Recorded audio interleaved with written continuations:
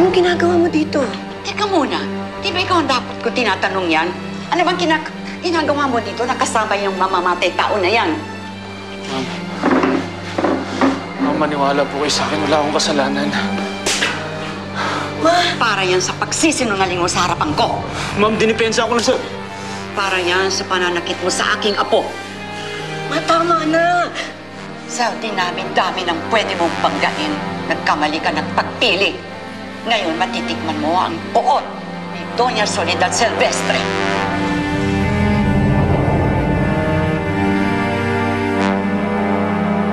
Halika kayo, Tony. Ano ang balita? Galing ako kanina sa korte, pero hindi pinayagan si Wesley mag-bail. At isa pa, iniimbestigahan na siya sa arms trafficking.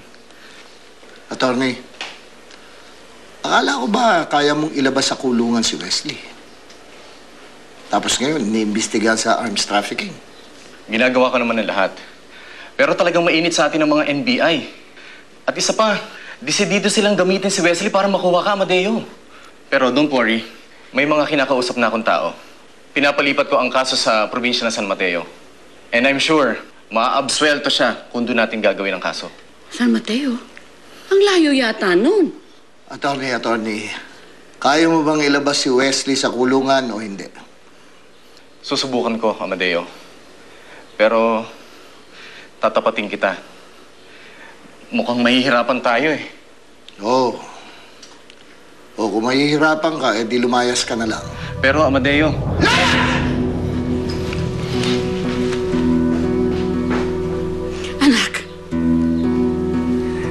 Anak, bakit mo ginawa yun? Paano si Wesley? Huwag ka mag-alala, ma. Akong bahala kay Wesley. Alam ko gagawin ko.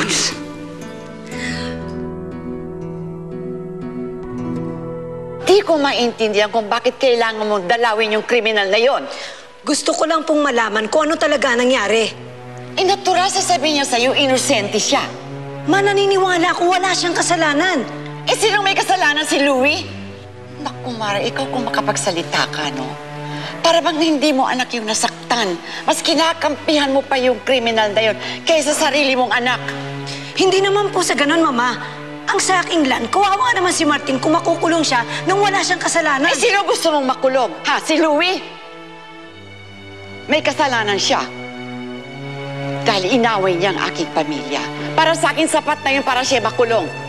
Sabihin mo sa akin, magdesisyon ka, Mara. Bahagi ka ba ng pamilyang ito o hindi? Sabihin mo sa akin. Mama, dito na si attorney. Bakit, Atty?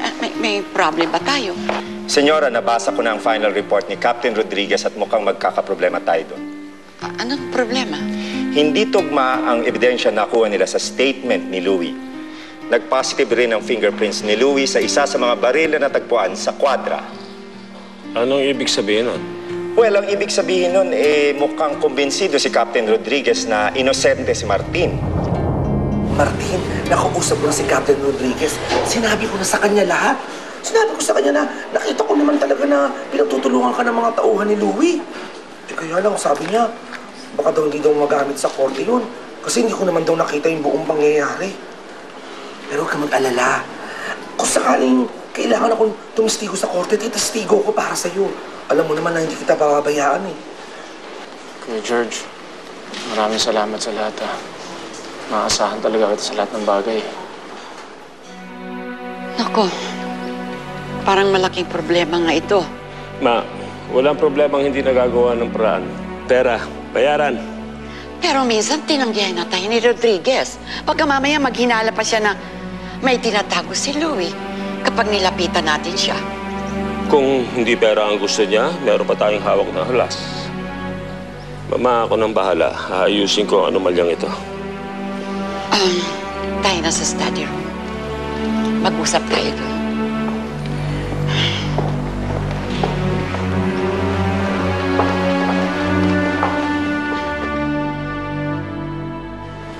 Si Lolo, pati si Mama.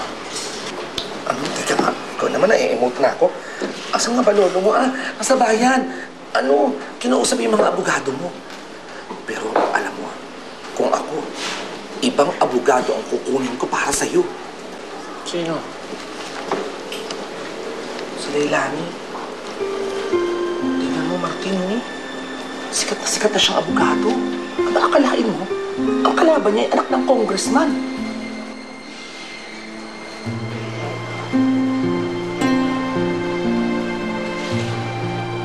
Martin, ngayon na lang ulit kita nakita ngumiti ng ganyan.